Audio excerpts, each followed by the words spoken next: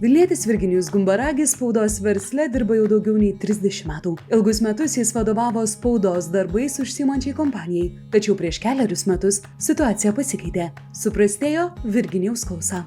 Tu žmogus girdi, kad kalba žmogus ar grupė žmonių, bet reiškia, labai sunku suprasti artikuliaciją. Tame tarpe darbe, reiškia, jis ten visą laiką, reiškia, susiraukęs, gal piktas kažkoks, įsitempia tas veidas, nes nuolat stengiasi, reiškia, suprasti iš tų nedaug garsų, kas buvo, reiškia, pasakyta. Pas mus į klausos centrą dažnai ateina žmonės darbingo amžiaus, kurie skundžiasi, kad turint klausos sutrikimą yra sudėtinga bendrauti darbe, sudėtinga suprasti užduotis ir žmogui tai kelia nepasitikėjimą. Suprastėjus tai klausai labai pasidarė sunku, reiškia, susirinkimuose.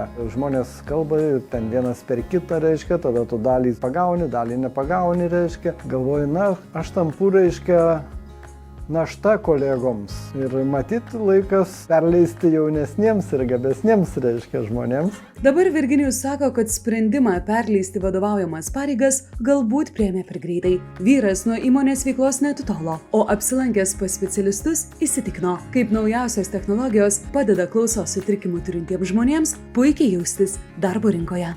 Pasiūlėme užsidėti klausos aparatus ir jisai juos išsibandė ir pasakė, kad wow, tai pakeitė mano gyvenimą. Tai čia slepiasi tas klausos aparatas ir iš šono yra matomas tik tais plonas laidas, kuris kartu su imtuvu keliauja į ausies kanalą.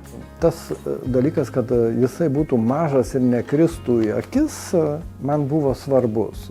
Ir aš dėl to pasirinkimo iš tikrųjų nesigailiu iki dabar. Klausos aparatus parenkam individualiai, kartais žiūrim ne tik į kūno spalvą, bet ir įvertinam, kokia yra plaukų spalva, nes jeigu žmogus nori, kad kuo mažiau matytųsi, tai kartais yra geriau rinktis pagal plauką. Kaip šiuo atveju plaukai yra tamsus, tai ir klausos aparatas juodas. Šitų aparatų praktiškai nesimatė. Smulkus nesusipratimai būdavo, reiškia, pavyzdžiui, darbe, eini per koridorių, reiškia, ir kalbi telefonu, reiškia, bet išeini į koridorių, reiškia, iš kažkokios triukšmingos vietos ir tu eidamas kalbi tuo telefonu, reiškia, bet žmonės mato, kad tu nieko rankose neturi užsidėjęs jokio, reiškia, klausimo aparato, nieko, reiškia. Tai išsprendžiau labai paprastai, tiesiog pasiimi telefoną į ranką, reiškia, ir kadangi, reiškia, aš jau nešuosi, reiškia, taip kalbėdamas tą telefoną, tada supranta, reiškia, žmonės, kad aš kalbu telefonu, reiškia, nebekyla tų klausimų.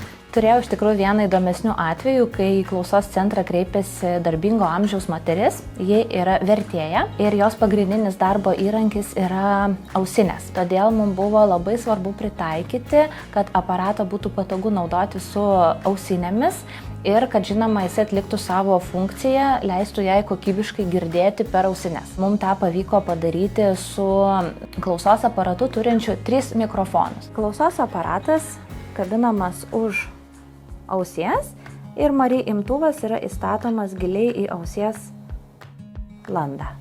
Kaip matome, tai mažai matosi, tai mes turime 2 mikrofonus esančius už ausies ir 3 mikrofoną ausies kanale.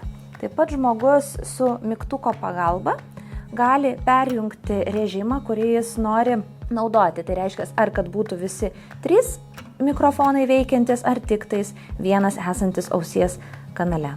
Nuostabiai gerai be kita ko atkuria muziką. Jeigu užsidedi paprastus tuos ausinės, tarkim, arba tuos įdedamus aparatus, kur muzika atkuria, tu girdi net tą patį garso dažnių tą spektrą kaip kiti žmonės. Tuo tarpu, kada sureguliuotas klausos aparatas, reiškia, aš tiesiog pasijutau kaip vaikystėje, reiškia, aš užaugau tuo metu, reiškia, kada buvo populiarūs ir Beatlai, ir Freddie Mercurio Queenų dainos. Tai buvo tarsi toksai nedidelė ekskursija atgal į jaunystę. Klausos aparatus galima pritaikyti, pavyzdžiui, ir darbui su telefonu, nes jie siejasi su Bluetooth ryšiu. Galima atsiliepti tiesiog įprastai tokiu judesiu ir puikiai girdėti kalbą per klausos aparatą. Kas dirba triukšmingesnėje aplinkoje, klausos aparatai turi specialias programas, funkcijas, kurios leidžia ryškinti garsą triukšme. Pasirinkite programų valdymas. Na ir pavyzdžiui, jeigu jums trūksta ryškumo restorano aplinkoje ar kavinės, tai jūs galite prisidėti restorano aplinką ir dar netgi keisti papildomus nustatymus jau pagal save, kad būtų dar didesnis komfortas. kam reikia galbūt girdėti iš toliau, tai yra papildomi mikrofonai, kuriuos galim prisekti kalbančiajam ir per didelį atstumą žmogus gali girdėti su savo klausos aparatais, ką jisai sako, na, pavyzdžiui, auditorijai. Sutrikimas vis tiek yra nepatogumas pas žmogų. Čia šiuo atveju nereikia to tokio pateisinimo, kad čia man nieko dar nereikia, reiškia. Vis tiek labai smarkiai prasiplečia erdvė, reiškia, ir palengvėja tas bendravimas, dingsta tas įsitempimas, kuris, na, vis tiek bendraujant, reiškia, būna juntamas šiek tiek. Svarbiausia, norėčiau palinkėti žmonėms turintiems klausos sutrikimus, nebijoti kreiptis į klausos centrus, kuriuose patyrę klausos protezavimo specialistai galės drąsiai pritaikyti įvairius sprendimus, tinkančius jūsų darbinėje aplinkoje, na ir taip kilti karjeros laiptais, bei toliau mėgautis ir džiaugtis gyvenimo kokybę.